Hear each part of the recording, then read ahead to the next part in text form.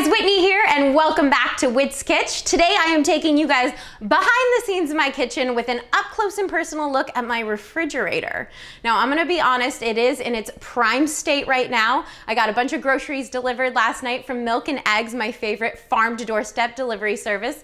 But overall, this is what it usually looks like. I didn't stage it to make you guys think that there's better stuff in there than there usually is. You know what I'm talking about with those fridge tours where there's 20 beautifully colored kombuchas and a bunch of produce and absolutely nothing else.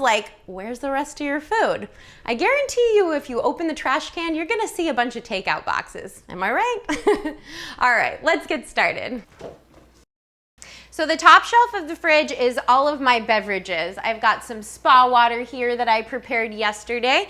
It's got fresh mint from my herb garden outside and then some sliced strawberries. I like to keep these kinds of flavored waters on hand just to have something a little more exciting than plain water.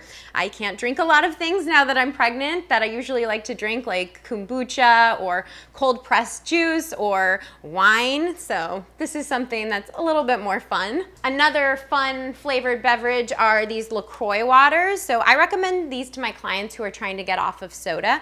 It's just carbonated water and some natural flavoring from fruit extracts. So these are a really good alternative. They don't have any sugar added. My husband loves these. I don't drink them as much because I have acid reflux and the carbonation can bother me a little bit. So I try to limit carbonated water, but these are good for people who need an alternative to soda. These are all of my nut milks. As you can see, I have a ton of different kinds of nut milk. I like to keep different milks on hand for different purposes. So coconut milk I love to use in my coffee. It is super creamy. I go for the unsweetened vanilla because that gives a little bit of flavor but without any sugar. Some of these nut milks can have 15 grams of added sugar to them. So always go for unsweetened. The flavored ones that are unsweetened vanilla, it's just flavored with some vanilla extract. So that's nothing to worry about. I always have soy milk on hand, and I like to use soy milk mainly in things that I want to add some protein to. So soy milk has about 7 grams of protein per cup, and it's a really great way to add protein to things like smoothies, acai bowls, my oatmeal, any of the baked goods that I make without having to add some sort of processed protein powder. And then sometimes I have other milks like cashew milk. I've got some flax milk in here today, and I'll have almond milk, but those ones I use a little less. The flax milk has some good omega-3 fatty acids, but almond milk and cashew milk tend to not have as much of a nutritional benefit as, say, the soy milk has. So the second and third shelves in here have a bunch of prepared food, all of my washed and cleaned produce. I have all of my fresh berries up here. I like to put these berries in my super seed oatmeal every morning, and I also like to just keep them on hand cleaned for snacking on. So I'm constantly in here picking at blueberries all day long. So you may have heard not to wash your berries until right before you're gonna eat them. I've actually found that if I leave my berries in the case that I got them in, they're gonna be moldy in a couple of days. So what you can do is use a rinse of about 2 parts water to 1 part vinegar and leave that on the berries, and that will help bacteria from growing. So I always wash and clean my berries with that rinse right when I get them, and then they are ready for snacking and using whenever you need them. Here I have some prepared kale, and this I like to chop and toss with a little bit of lemon juice on Sundays when I do my meal prep, so I can quickly throw this into a saute pan, use it in my Buddha bowls. I can throw it into a smoothie if I want. I'm just a lot more likely to use my kale if it's clean. Another thing I like to meal prep at the beginning of the week is salad dressing. So this is a recipe I came up with yesterday. It's a creamy non-dairy curry dressing. And basically I use some non-dairy yogurt, some tahini, lemon juice, curry powder, and olive oil. And I just mixed it all together, and now it's there for quick and easy use. This shelf also has all of my non-dairy cheeses. Kite Hill is one of my favorite brands. Cream cheese, this has been a lifesaver. All I want to eat these days is cream cheese and bagels, but I like to stick to the non-dairy kind, and this tastes so much like regular cream cheese, so I'm obsessed with this stuff.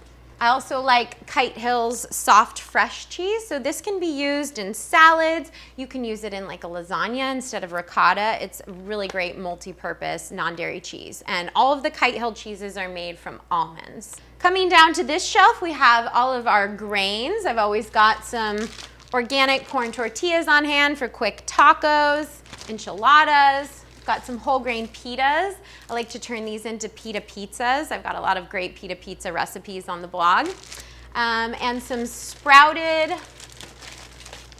whole grain tortillas from Alvarado Street. These are great, again, for burritos and wraps, and I can toss a lot of the other pre-made stuff that I have in here for a quick lunch. These stainless steel containers I use to keep all of the food that I meal prep. I've got some of my chickpea tuna-free salad in here that I made yesterday. And these things are awesome. I got them on Amazon, and I'll leave a link to them below. I have a video on how to make this stuff. It is amazing. I highly recommend you try it. The normal recipe has celery, apples, and onions in there, and it's really good and sweet. This version, I just used some relish and celery in it for a quick meal, and it tastes so much like tuna. It's delicious. This is a big batch of quinoa that I prepped yesterday. I always have some sort of whole grain on hand for quick and easy meals to use in Buddha bowls or to use as a side for dinner. Here we've got a tiny bit of my sauteed curry chickpeas. So these went with that salad dressing you saw earlier on a salad that I made. For meal prep, I always do the whole grains, I do some source of protein, and then I do some roasted vegetables. And then you will never be without something to eat. And some roasted sweet potatoes. So these sweet potatoes and the kale were the veggies that I prepped this week. Here we've got some more grains. This is one of my favorite brands, Food for Life. They're Ezekiel bread, and this is their Genesis line. They're all made from sprouted whole grains. So for people who have digestive issues, sometimes with wheat, can tolerate sprouted grains better. It helps break down some of the proteins and the carbohydrates in there, so they're a little bit easier to digest. And they're just absolutely delicious. I always have their English muffins, their bread, and their buns on hand. And this cinnamon raisin one, ugh, it's so good. We've also got some eggs here. I don't eat eggs a lot, but as I'm predominantly plant-based, I eat them sometimes. I've been eating them more often now that I'm pregnant because eggs are the #1 source of choline, which is a really important nutrient for babies and their growing brains. So I'll have eggs like once or twice a week. When I do have eggs, though, I always make sure that I get organic, pasture-raised, and Vital Farms is an awesome brand because they make sure that all of their chickens have 120 square feet of room to graze during the day. Okay, so this drawer is our so-called meat drawer, although there isn't any meat in here. Here we have a bunch of tofu and tempeh, some more faux cheeses. So I always have a block of tofu on hand. Tofu lasts a few months, so it's something good to just buy and make sure you have stocked. Then you'll always have a good source of protein for your meals.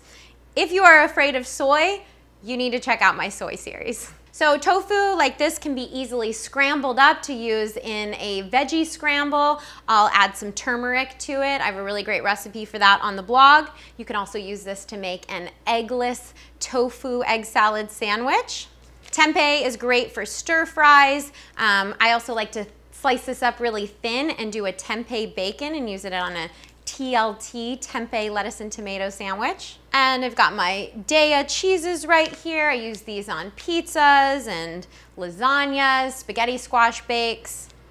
And this field roast sausage is super delicious. This is made from grains and it has an apple sage flavor, and this is awesome on an apple sage pita pizza recipe that I have on the blog. And lastly, we have our produce shelf. So this is all the unprepared produce. Got a bunch of carrots, beets, kale. I keep these on hand raw so that I can toss them in smoothies. And I'll also probably roast some of these later to use in Buddha bowls and for quick dinners. Tons of greens. Arugula is a very nutrient-dense leafy green, so I've been eating a lot of this lately. Some spinach, again, you can just toss that in smoothies. Bell peppers are a major staple in my kitchen. Bell peppers are extremely high in vitamin C. Iron from plants is known as non-heme iron, and it's a little bit harder to absorb than heme iron, which is found in animal products. But one way to unlock the bioavailability is to eat iron sources with vitamin C. So I always have a good source of vitamin C in my meals. So for lunches and dinners, I'm always throwing in some raw bell peppers, and at breakfast, I'm usually putting strawberries on my super seed oatmeal. Got a ton of oranges in here. Oranges, again, another great source of vitamin C, and these are really great for making salad dressings. So I'll just squeeze some fresh orange juice with some olive oil, a little bit of vinegar, and you've got a really great salad dressing really quickly. I've always got a bag of baby carrots on hand for snacking. You may have heard that baby carrots are processed and you want to avoid them. That's not true. They're just cut up into little shapes and they're stored with a little bit of water. They're perfectly healthy. Lastly, we have all of our condiments and sauces and everything in the door. All my nut butters. Nut butter is a huge Whitskitch staple. I put peanut butter and almond butter on everything. Santa Cruz Organic, this is one of my favorite brands. Nothing added to it, no oil, no sugar. It's just natural peanut butter, organic. Got a bunch of fermented vegetables here, some kimchi.